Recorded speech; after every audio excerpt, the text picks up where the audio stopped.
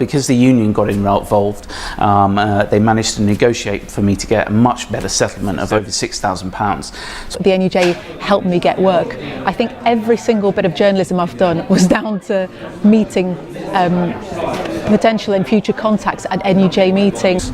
Without that advice and help and support, I think I'd struggle and I'd feel very isolated. I got this amazing shot of my friend getting shot by an ISIS sniper and hit the GoPro and then exploded in his face, and touch wood he survived.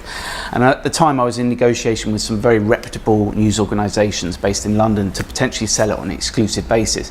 However, one of these aggregate news sites that doesn't produce any of their content stole the video from social media, and you know, the initial offer that they gave me for the exclusive window that they had was you know, pathetic amount of money, you know, $50, $100.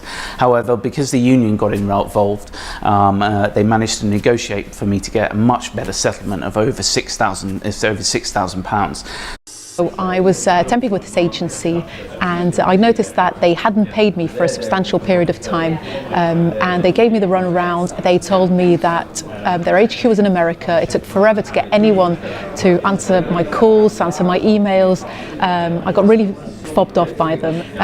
And Pamela at the NUJ said she was happy to try and send a letter and see what happens, and she did. And literally within a week I got confirmation of payment.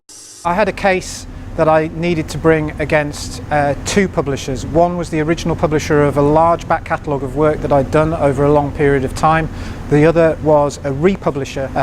Ownership of the work seemed clear-cut to me, but was disputed by the other parties involved, and that's where the union first and then the retained legal teams stepped in to help me make my case. I'm not allowed to reveal the outcome of the discussions, but we didn't have to go to court, and I got a result I was happy with. I published a story using a source that had leaked me some information, and the publisher was threatened by the company that I'd written about to be sued, and they were putting pressure on me to give away my sources.